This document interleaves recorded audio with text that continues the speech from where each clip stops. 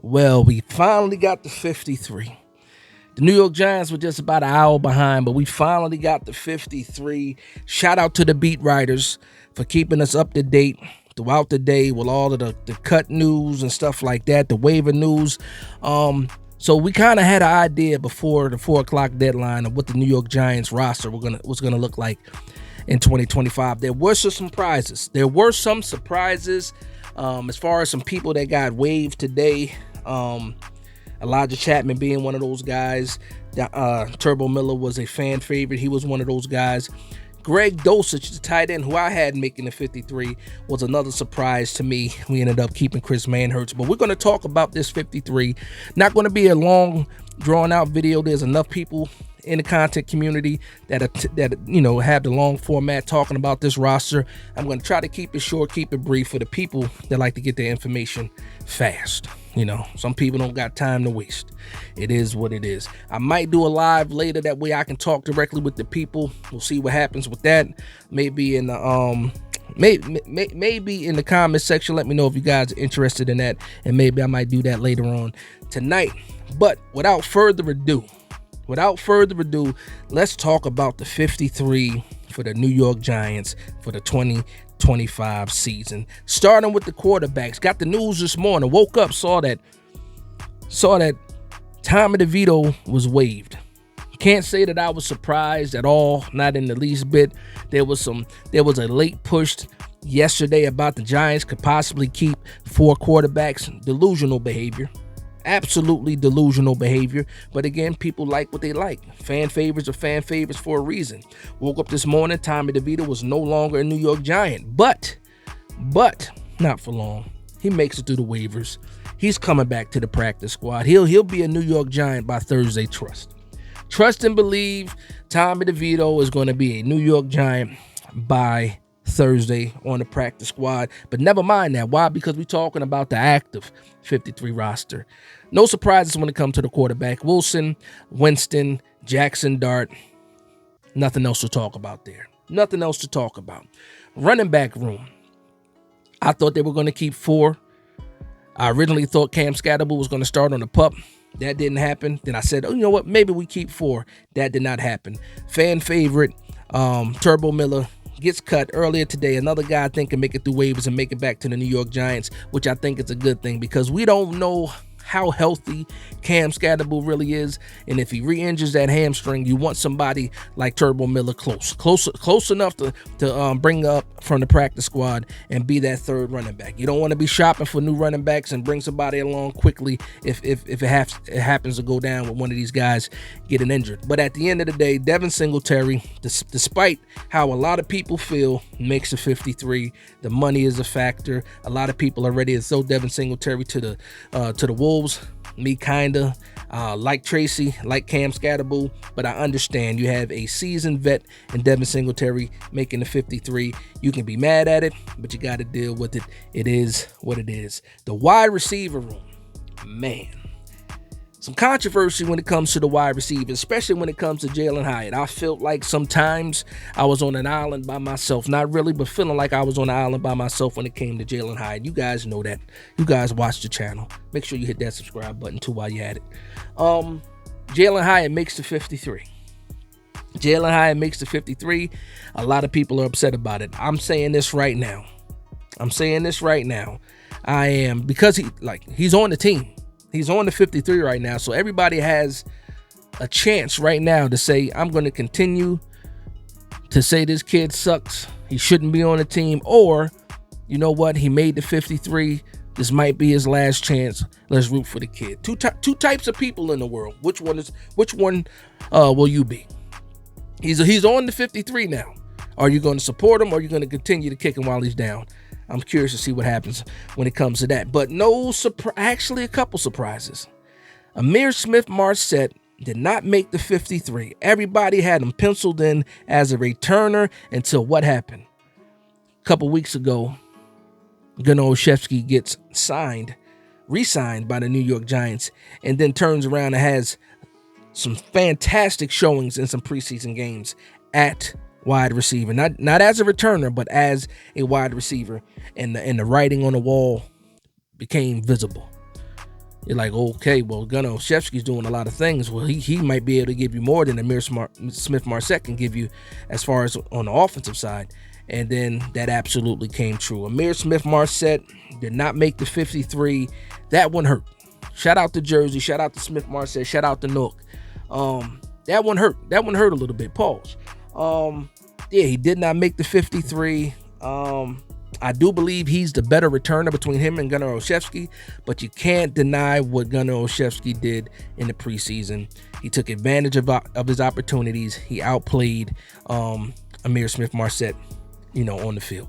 So it is what it is. But also, because we already know who the wide receiver, Neighbors, Hyatt, Wan'Dale Robinson, Slayton. We already know that now Gunnar Olszewski. Shout out to the UDFA, Bo Collins, for actually making the 53.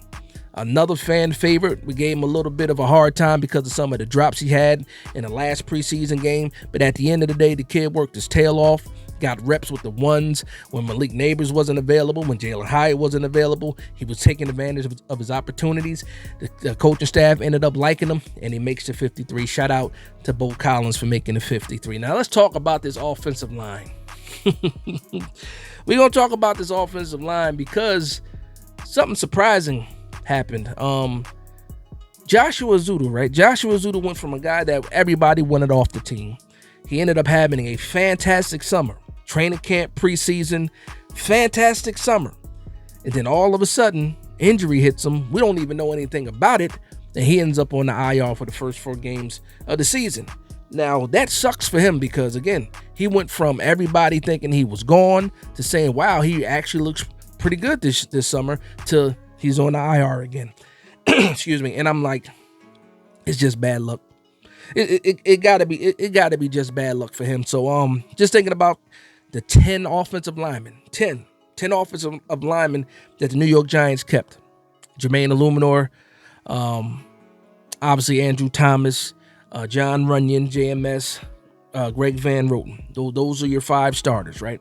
Evan Neal makes the 53. Marcus Bowe makes the 53. James Hudson makes the 53. And because Joshua Ezeudu is now on IR, I believe that opened up the door for Aaron Stinney, who is now on the 53. And they still decided to keep Austin Schlottman as the backup center to JMS, even though I believe if JMS were to go down, Greg Van Roten is moving inside before Schlottman comes in. But those are your 10. I only had 9 going. Those are your 10 offensive linemen for the New York Giants. And next, tight end.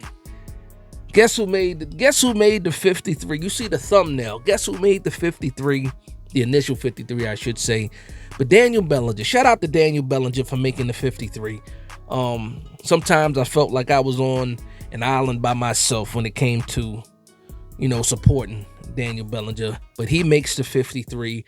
Surprise cut for me was Greg Dulcich. So I thought Greg Dulcich was going to make the team, and he didn't. Instead, we went with Chris Manhertz. So the 4 tight ends are going to be Theo Johnson, Daniel Bellinger, Thomas Fidone, and Chris Manhertz. Those are your 4, tight ends. Now let's get the special teams really quickly. No surprises there. Graham Gano, Jamie Gillen, Casey Crater. Those are your special teams player. Moving on to the defense. Now, when it comes to the defense, there were a little bit of some changes made as far as how people were listed. One of those guys was Chauncey Golston. He moves from the edge room to the defensive line room, which he should have been in the first place. I said it in the video that I put out about the 53 prediction that Chauncey Golston, even though he's listed as an edge rusher, he's going to be playing with his hand in the dirt, and they finally made that change when they announced the initial 53 for the roster. So as far as the defensive line goes, you got Dexter Lawrence. You got Nacho. You got Roy Robinson Harris. You got DJ Davison, and you got Darius Alexander, right? And also Chauncey Golston. A surprise cut today was Elijah Chapman. We thought Elijah Chapman was going to make the 53 because of the versatility. They had him playing fullback. He also played defensive tackle. A lot of people said he was too small to play defensive tackle, but he did pretty good. Last year he did pretty good, but he was a UDFA. But at the end of the day, I thought his versatility was going to get him on the 53, and that did not happen. Now, for me, it's an absolute no-brainer to keep Elijah Chapman on the practice squad if he makes it. They put him on full display in the preseason. So now everybody knows that he can play fullback. Everybody knows that he can be a defensive tackle. So I'm curious to see what happens with Elijah Chapman. Hopefully he makes it through the waivers. For him, hopefully he makes an active 53 somewhere. Me being selfish, I hope he makes it through waivers and back on the Giants as a practice squad player. I believe he ends up getting pulled from the practice squad anyway and being a part of the 53 at some point in time in the year, if he makes it, to that practice squad. Next, we're going to talk about the edge room. The edge room, we only kept 3 guys. No surprise, except for the 4th guy I thought should have made the team, and that was Trace Ford. But the edge rushers are Brian Burns, Kayvon Thibodeau, Abdul Carter. No surprises there. Trace Ford, the UDFA edge out of Oklahoma, I felt he played well enough to make the 53 in training camp and in the preseason, but he absolutely did not make it, and I'm a little bit upset about that. He's definitely a guy that I think is going to make the 53. Outside of that, linebacker, off-ball linebacker. You got your regular guy, Bobby Okereke, Micah McFadden, Darius Mursal. Those guys I thought were going to make the 53 anyway. I had Chris Board on the bubble, but I knew he was a special teams guy, and we also paid him money. So I knew that he was going to make the 53. The 5th guy, though, because I only had us keeping 4 middle linebackers. The fifth guy, though, is Demetrius Flannigan-Fowles, who really didn't play because he was injured, but he makes the 53, and I'm scratching my head at that one. I got the side eye for that one because we didn't see him. He didn't do much. I don't think we paid him a lot of money. How does he make the 53 over Trace Ford, in my opinion? Because I believe Trace Ford can give you both edge reps and also some off-ball reps. And I just think that you go with the younger guy in this occasion. The guy's not even healthy when I'm talking about Demetrius Flannigan-Fowles. But it is what it is. He makes the 53. The only thing that got me scratching my head right now outside of the Elijah Chapman when it comes to the defensive side. Cornerbacks. We ended up keeping, I believe, it was a 6 or 7. 7 cornerbacks, right? Paulson Adebo, Deonte Banks, Cordell Flott, Drew Phillips. We knew those guys were going to make the team. It was going to be a crapshoot after that.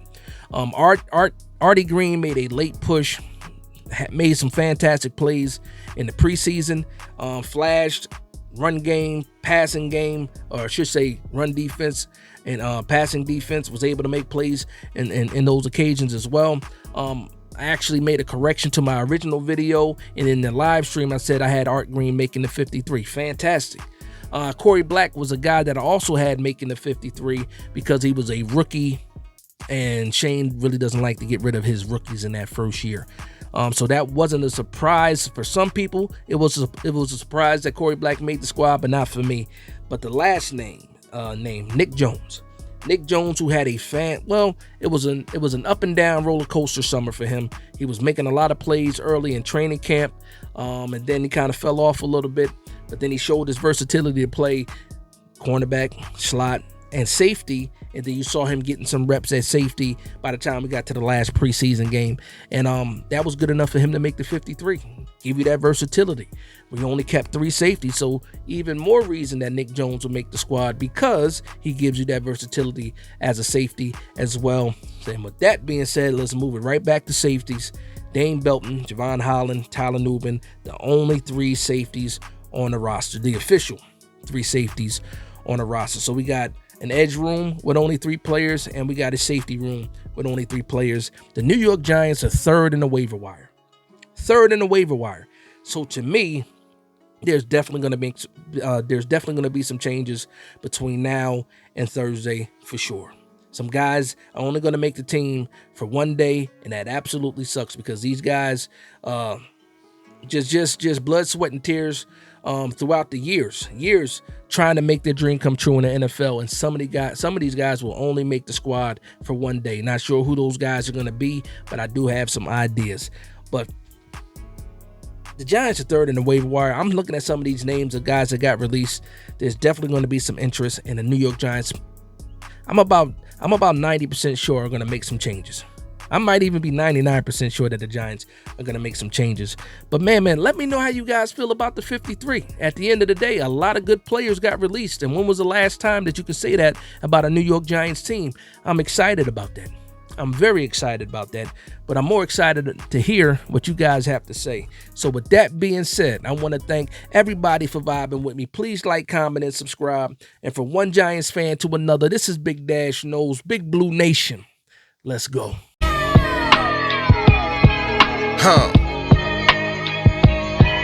Yeah.